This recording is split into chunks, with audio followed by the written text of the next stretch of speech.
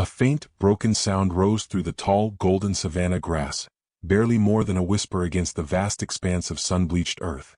Rangers moving along the edge of a dusty trail paused, ears straining.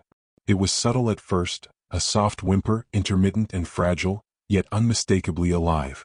The wind shifted, carrying the sound further, and the rhythmic sway of the grass revealed its source. A tiny form, curled and trembling, nestled among the stems. The lion cub lay motionless, its tawny fur ruffled and dusty, and no mother answered the faint, urgent calls it sent into the air. For a moment, the rangers simply watched, careful not to disturb the fragile life they had discovered, hearts tightening with an unspoken concern. Each movement of the cub, a hesitant stretch of a paw or a shivering twitch of its whiskers, seemed to echo the vulnerability of the wild around it. The cub's small body quivered with each tentative breath, ribs faintly visible beneath a coat dulled by dust and fatigue. Its ears flicked toward every rustle, every distant call of the savannah, yet no familiar sound of a maternal presence reached its ears. The heat of the sun pressed down, golden light stretching across the horizon, and the surrounding grass whispered in gentle waves, brushing against the fragile creature. The rangers knelt carefully, their movements slow and deliberate, avoiding shadows that might startle him. "It's okay, girl," one murmured softly, voice barely rising above the breeze, though instinct told them to remain patient. Their hands hovered, measuring proximity against the fragile trust forming in the cub's wide, uncomprehending eyes. Around them, the savannah pulsed with quiet life. A lone hornbill circled above, its wings cutting through the warm light, and distant acacia trees trembled in the breeze. The cub's head lifted slightly at every faint sound, nose twitching as if trying to locate the scent of his mother among the dry, sun-scented grass. Occasionally, a small shiver ran through his tiny frame, each movement a stark reminder of how exposed he was, how much he relied on instinct and hope. The ranger's presence was deliberate, respectful, a quiet reassurance more than intervention. They knelt in stillness, sensing that the cub's survival depended not only on nourishment but on calm observation, patience, and the quiet rhythm of gentle care. Minutes passed, measured in subtle shifts of posture and soft, uneven breaths. The cub's eyes, wide and searching, reflected both uncertainty and a spark of life refusing to surrender. A faint, trembling mewl escaped him, barely audible, yet it carried the weight of abandonment and survival. Each flick of a tail, each hesitant paw movement, drew careful attention, a slow dance of awareness between human and animal. The rangers waited, watching for any sign of maternal return, but as the shadows lengthened and the air thickened with the heat of the afternoon, the quiet truth began to settle. The cub was alone, and the first small seeds of concern grew within the hearts of those who had found him. The wind shifted again, lifting the scent of dry earth and distant trees, and for a heartbeat, the cub raised his head as if seeking guidance from the endless horizon. In that fragile, trembling posture lay a story not yet written, a story of survival, of care, and of the unspoken bond forming between the wild and the hands that moved gently to protect it. The hours stretched across the savannah, slow and unyielding as the lion cub remained tucked beneath the sparse shelter of tall grass, its tiny body pressed close to the earth. The rangers held their distance, moving with deliberate care, aware that even the faintest sound or shadow might drive the fragile animal deeper into fear. The cub lifted its head occasionally, amber eyes wide and searching, each flicker of attention betraying the hunger for any sign of a familiar presence. But the air remained still of motherly scent, still of the comforting calls that should have guided him back to safety.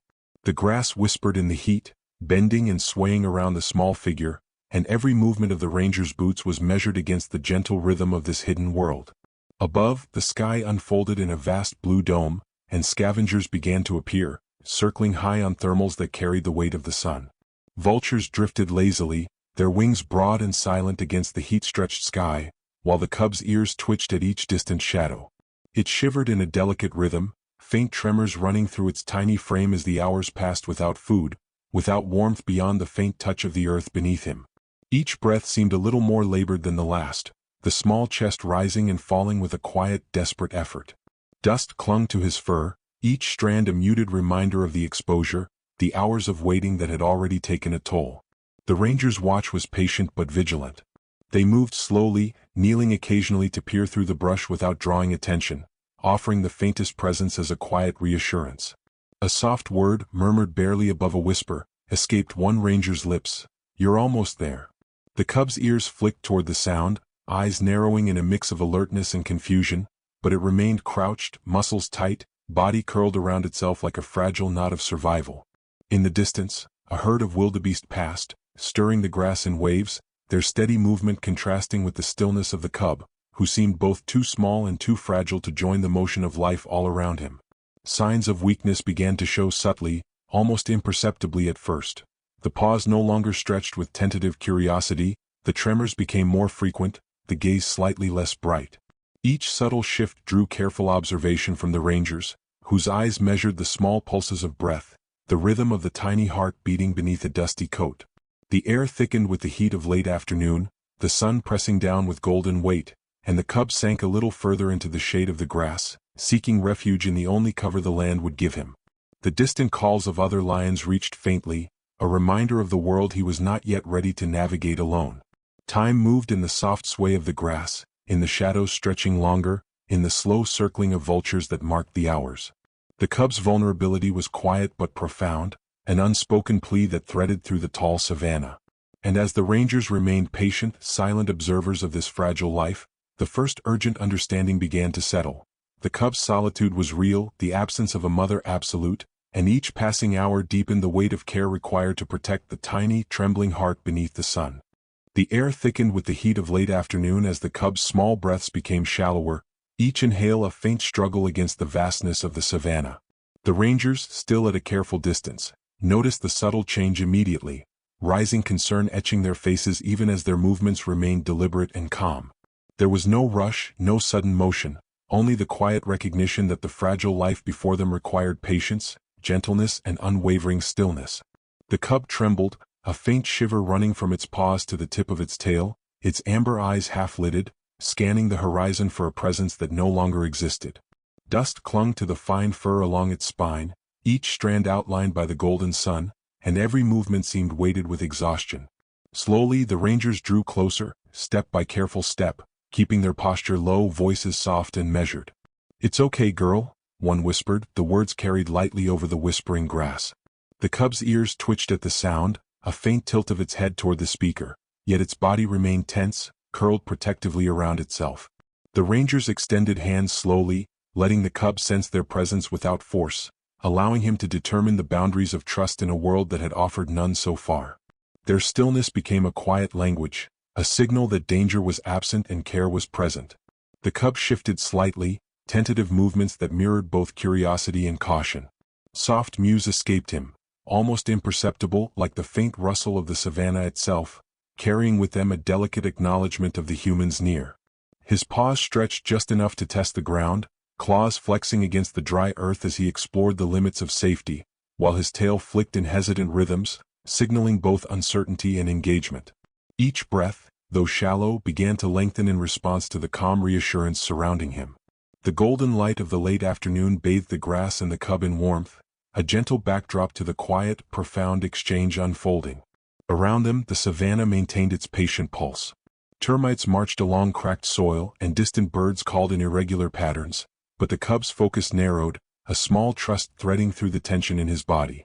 When a ranger lowered a hand closer, fingertips brushing lightly against his side, the cub responded with a shiver that seemed less of fear and more of tentative curiosity. Each soft sound he made, a tiny whimper, a cautious sniff, was met with gentle attention, the human observers never pressing, only allowing the fragile bond to form in its own measured time. As the minutes passed, subtle signs of life returned with quiet clarity. The cub lifted his head more frequently, paws unfolded just slightly, and the tremors of exhaustion softened into rhythmic, cautious movements. The connection between human and animal was silent yet unmistakable. Patience, respect, and stillness had begun to pierce the isolation, offering the cub the first inkling of safety in a long day of vulnerability. In that delicate exchange, the air seemed to hold its breath, the savannah itself acknowledging the small, fragile bridge of trust now spanning the gap between the trembling cub and the gentle care that surrounded him. The late afternoon sun slanted low across the savannah, and the cub lay curled in the grass, eyes half closed, small breaths uneven as fatigue weighed heavily on his fragile frame. The rangers remained near, careful, quiet, their presence a steady anchor in the vast openness, yet even their patience could not erase the lingering shadow of doubt. Every faint sound of the wind through the acacias, every distant call of birds, seemed to carry a question. Would hope return, or had the day's isolation marked the beginning of loss? The cub's trembling had lessened slightly under their careful watch, but weakness still shadowed his small form, and the golden light emphasized the emptiness of the horizon, stretching endless and unrelenting. Then movement flickered far beyond the grass, subtle and tentative, almost blending with the sway of the stalks. The rangers noticed it immediately, breath caught in silent anticipation. A figure emerged, low and deliberate, stepping through the tall grass with fluid grace. A lioness, her tawny coat streaked with shadows from the fading sun, paused several meters away, eyes locked on the small figure in the clearing. Her movements were cautious, deliberate, a mixture of instinct and careful assessment. She did not call, did not charge, but watched, muscles coiled and attentive, every whisker, every subtle tilt of her head, measured and precise. The cub's ears twitched, body stiffening at the sudden presence, unsure, instinctively aware that the world's shape had changed.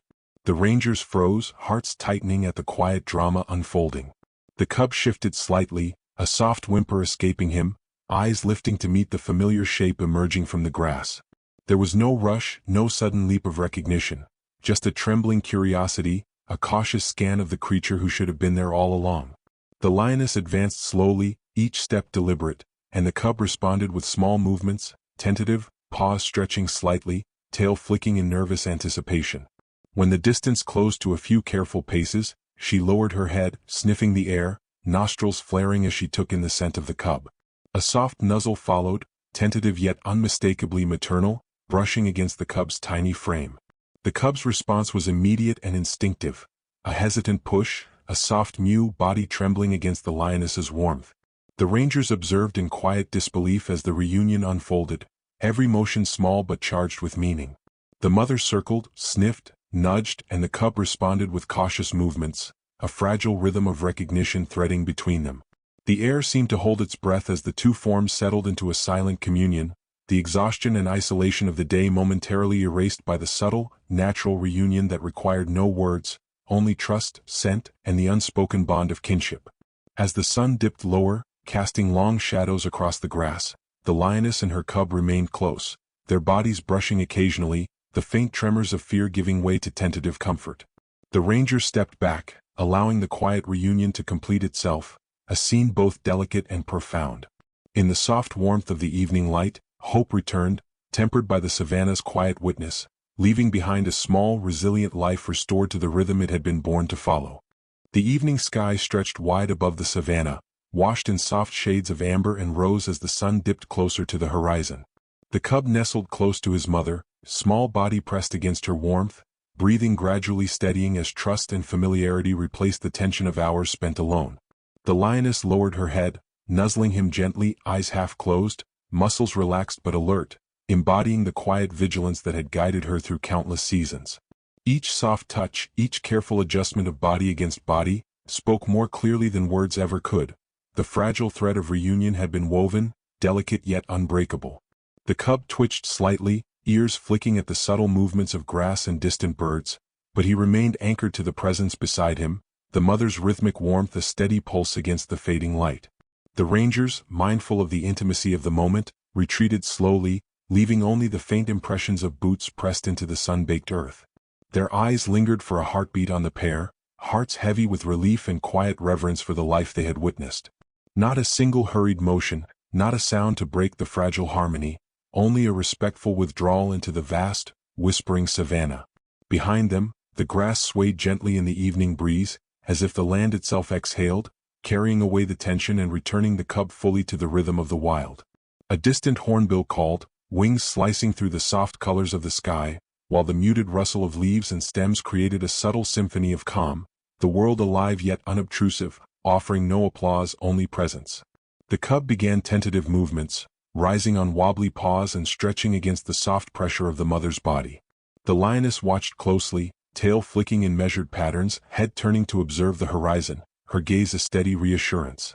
The small body shivered, not from fear but from the residual tremors of exhaustion, and the mother nudged him gently, guiding him with quiet insistence toward the short golden grass that bent under their weight.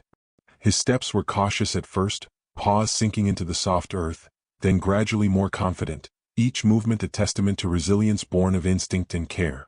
The shadows lengthened, creating pools of amber and gold that mingled with the soft green of scattered shrubs, and the cub's small form moved with a rhythm that echoed the ancient cadence of life on the plains. Around them, the savannah settled into evening. The wind shifted, brushing across distant hills, carrying the faint scent of earth, leaves, and the lingering presence of water from hidden streams.